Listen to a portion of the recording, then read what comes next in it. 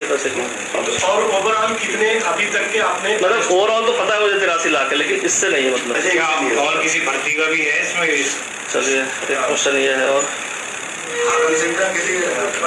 उसको लेकर जो कहा जाता है कि वो उसमें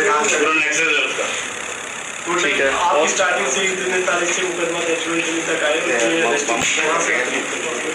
कर रहे शुरू कर रहे हैं। यूपी वालों के साथ क्या है इसको, मतलब किस प्रकार का बता अभी बोले सर? हाँ, अभी तक आप लोगों ने कितनी अरेस्टिंग की है और कितने आगे संभावना बनी है कि कहाँ तक ये पूरा मामला बढ़ सकता है? देखिए, माननीय मुख्यमंत्री जी के आदेश पर दिनांक 22 जुलाई को मुकदमा दर्ज हुआ था। मुकदमा दर्ज करने के बाद एसटीएफ को ये विवेचना ट्रांसफर हुई थी। उसके बाद से ही लगातार हमारी टीमें इसमें वर्क कर रही थी। बहुत सारे छात्रों से बयान लिए गए, बहुत सारे गवाहों को हमने इसमें सर्च किया और उनको बुलाया गया। उसके आधार पर लगातार जो है इसमें अभी 18वीं गिरफ्तारी है, 17 गिरफ्तारी पूर्व में हो चुकी थी कल तक। और जिनको भी पकड़ा गया उनके हमने कनेक्शन जोड़े, उन छात्रों के कनेक्शन जोड़े, चाहे वो पैसे का लेन देन हो और चाहे वो किसी ट्रांजेक्शन में आए हों, वो सभी को हम एक एक करके वेरीफाई कर रहे थे और उसके आधार पर सारी गिरफ्तारियां हो रही थी। इसी कड़ी में जब ये पुख्ता साक्ष्य इसमें आने लगे कि इसमें जो जिला पंचायत सदस्य हाकम सिंह रावत है जो जपोल ब्लॉक से है, तो जब इसकी संलिप्तता के साक्ष्य आने लगे तो इसमें हमारी टीमें इसको पूछताछ के लिए खोज रही थी, जो ये लगातार फरार चल रहा था। कल एक सूचना पर आराकोट बैरियर के पास से को पूछताछ के लिए रोका गया और रात्रि में यहाँ पर विस्तृत पूछताछ की गई, जिस पूछताछ के बाद अभी द्वारा अपने इस पूरे खेल के संबंध में जो लोग भी शामिल रहे थे इसमें काफ़ी महत्वपूर्ण सुराग दिए इसमें, और उस सुराग के आधार पर इसको जो है साक्ष्यों के आधार पर इसको अरेस्ट कर लिया गया, जो माननीय न्यायालय में पेश किया जाएगा।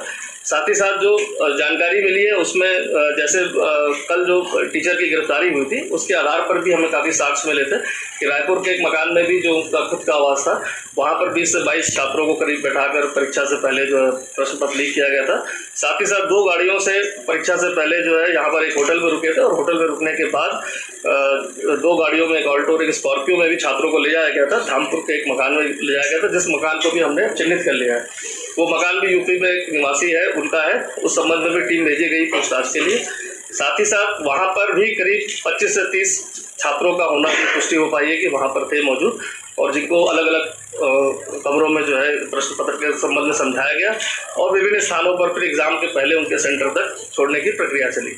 तो इस तरह से एक चेन जो डेवलप हो रही थी तक पूछताछ में, उसमें इस लाइन से हम आगे बढ़े और यहाँ तक पहुँचे। लेकिन इसका जो सोर्स है पेपर का, जो इसके द्वारा 2 लोग के अभी ऐसे नाम बताए गए हैं जो भी विवेचना का पार्ट है, जिनके द्वारा पेपर को हाई लेवल से कहीं से, चाहे वो आपका प्रिंटिंग प्रेस कह सकते हैं या अन्य कोई है, जिसके माध्यम से अरेंज किया जाता है, जो हमारे विवेचना का भी पार्ट है और जो आगे हमारी विवेचना में स्पष्ट हो पाएगा।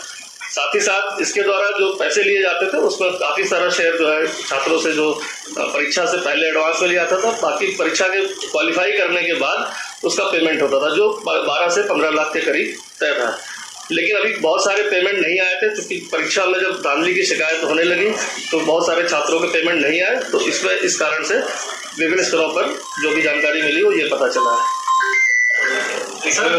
हाकम की लेकर जिस तरीके से बात होती है, उनको क्या इससे इस बात की भी जानकारी, इससे पहले कौन कौन से पेपर इसने लीक आउट करवाए? देखिए, अभी तक पूछताछ में ऐसे स्पष्ट तो नहीं आया, लेकिन जो हमारे अन्य सोर्सेज हैं, छात्रों से या अन्य जो हमारे गोपनीय सूत्रों से जानकारी मिल रही है, उसके आधार पर कहीं ना कहीं पूर्व में भी संलिप्तता रही है, चूँकि इस तरह की बात आई है। अब इसकी पुष्टि के लिए हम इसमें आगे भी हो सकता है माननीय न्यायालय से रिक्वेस्ट करके इसमें पुलिस कस्टडी रिमांड लेकर अन्य जानकारी इसमें प्राप्त करेंगे। और इसमें संदेह तो है कि इसमें कहीं ना कहीं पहले भी इस तरह के इसमें संलिप्त रहा है। सर, अभी तक कितने